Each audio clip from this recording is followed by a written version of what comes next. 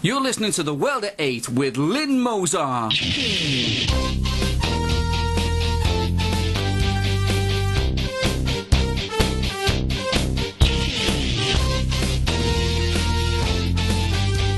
World at 8, the number one in nationalist news. Highlights of the news today, Wednesday, the 29th of August. Labour councillor attacks woman.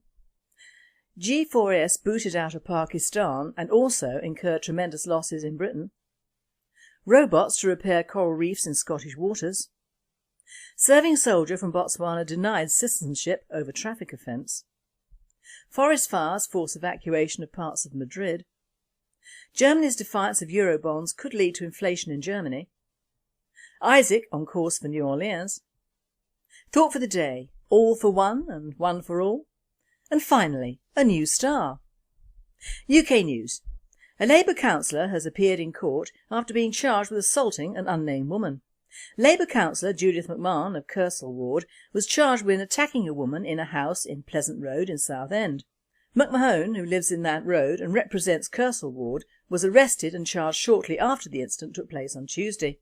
She remained in a police cell until her court appearance a day later. She did not enter a plea. The security firm G4S has said it had lost £50 million in the security fiasco during the Olympics this summer. G4S is also handling the Paralympics and it is hoped they fare better with them than the Olympics. They are also conducting an internal review after its failure to provide all of the 10,400 contracted guards for the London 2012 Olympics, which forced the government to step in with military personnel. The group said it had delivered 83% of the contracted shifts and that it was confident the Paralympics Games, starting tomorrow, would be fully staffed with a security workforce. However, reports from Karachi state that G4S are being closed down in Pakistan, where they operate under the name Wakanhat Pakistan Limited, owing to a crackdown from the Pakistani government in Islamabad on foreign security companies. The chairman of the Pakistani operation, Ikram Sehgal, said that G4S were forced to leave the country because of the negative attitude of the Pakistani government. Robots are said to repair the cold water coral reefs off the Scottish coast. The robots, nicknamed Coral Bots, will repair coral deep in Scottish waters up to 200 metres below the surface. These repairs are normally carried out by scuba divers, but in this case the depth is too great for humans. These cold water corals are under constant attack from bad weather and fishing fleets. Poloko Hiri, 32, has served with the British Army for 4 years with an exemplary record, but is now facing deportation back to Botswana because of a minor traffic offence, according to the UK Border Agency. UKBA rules that the soldier should be placed in the same slot as murderers, drug dealers, rapists and other undesirables. He has been ordered to leave the UK by next Friday. Sapper Hiri, who lives in Leeds and has a 6-month-old baby girl, applied for British citizenship in April this year, well ahead of his date of leaving the army, the 31st of August. His bid was rejected because of a minor speeding offence. The army is concerned that if returned to Botswana he could be arrested and prosecuted because it is an offence in Botswana to join a foreign army. A World at 8 reporter comments, "It seems very unfair that the UKBA failed to deport real criminals who are not only illegal but consistently offend, and I'm including the Muslim clerics here, and yet they want to deport this man who has fought for our country. I would like to know what the border agency is thinking of." Euronews. Forest fires have forced the evacuation of areas west of Madrid, the capital in Spain. Over 2,000 people have been forced to leave their homes and local roads have been closed. Authorities believe the fires have been started by several people working in a gang. Firefighters have also demonstrated against the austerity measures in Catalonia after Catalonia have asked for a €5 billion bailout recently, and these cuts will affect the fire service amongst many other services. Put this with the forest fires and Spain is not having a good time at present. Italian Prime Minister Mario Monti has warned that Germany's current views on the Eurobonds could put Germany into an inflation crisis. The advice comes over the German defiance over blocking the European Central Bank from acting on other countries' borrowing costs. Mario Monti is to meet with the German Chancellor Angela Merkel today over the disastrous Eurozone crisis. World news. The approach of Hurricane Isaac is awaited with bated breath in New Orleans today. The new $14.5 billion defences and extra pumps that have been put in place have only provided mental security for half the inhabitants. Several years ago, a devastating hurricane, Katrina, totally destroyed most of New Orleans, resulting in the then President Bush to ask for help from around the world for the very first time. So far, Hurricane Isaac has sent the heavy rain across New Orleans and thrown winds of up to 80 miles per hour as it makes its journey inland. Other Gulf Coast towns and cities are being hit by the hurricane as it moves towards Louisiana. A World Today writer commented, "In the media, President Bush was slated over his handling of Katrina, but in truth no president has any jurisdiction to help unless called upon by the then mayor of New Orleans or the governor of Louisiana, which they didn't do in time over Katrina. So what happens with Isaac remains to be seen." The Syrian army is reported to have been dropping a series of leaflets over the rebels who are trying to overthrow President Assad. The leaflets apparently read, "Abandon your weapons and leave or face inevitable death." Thousands of the leaflets were dropped by aircraft over the city of Damascus, where heavy fighting still continues. A World Today reporter commented, "This shows the presidential forces are at least doing more to save lives than the rebels. They have been warned. Rebels are just that, rebels, not forces for democracy." Thought for the day. One for all and all for one.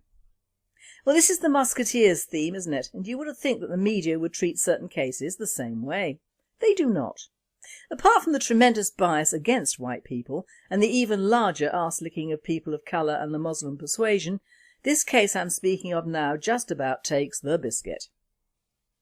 There was a whole 2-page spread in the Mail this Saturday telling the story about Shamima and Gary. Now this article, whether one likes it or not, certainly whipped up anti-Muslim feeling, and to some extent quite rightly. Her story is harrowing enough, but in comparison with many untold stories which have never seen the light of a printer's day, it is not really. Now Shamima hails from Basingstoke in Hampshire, in fact quite near to where I reside. She was part of an, as usual, mainly siblinged Muslim family, complete with all the rules and regulations of living one's religion.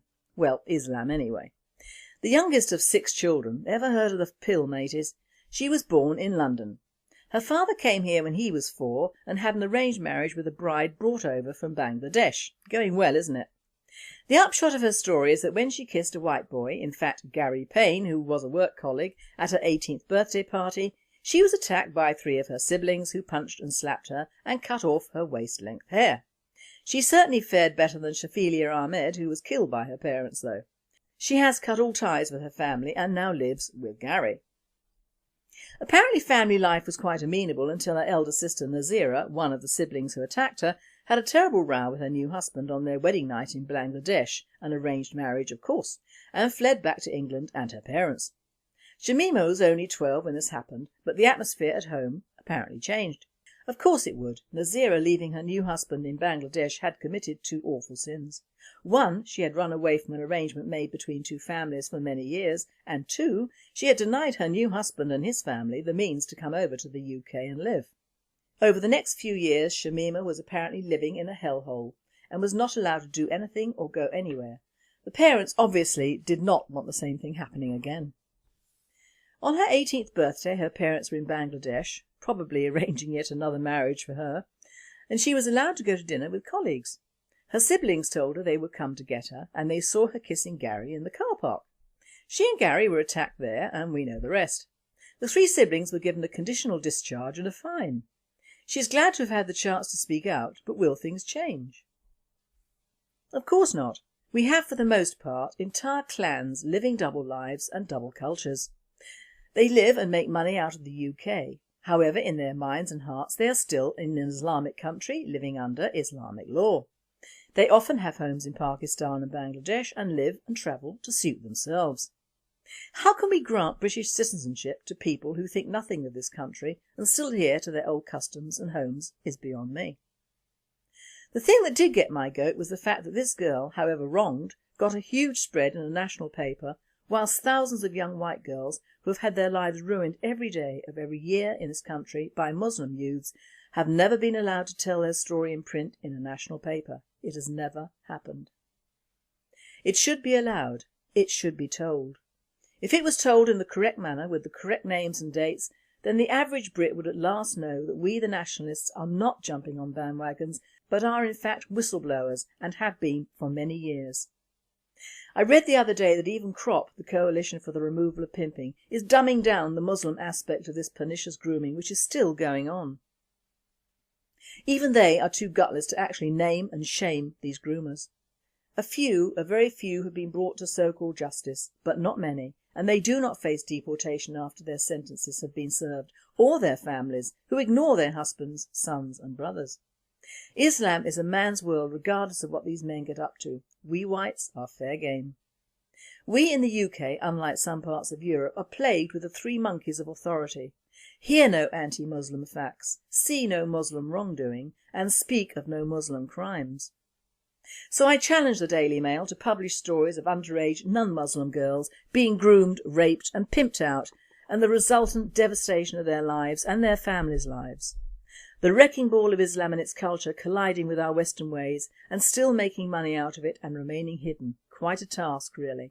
But I suppose not with our gutless councils, many members of which are of course Muslim. Even these girls and their parents never tell the whole truth. They've been frightened by the police and have their own stories gone over and worded in such a way that the Muslim-ridden Crown Prosecution Service will accept.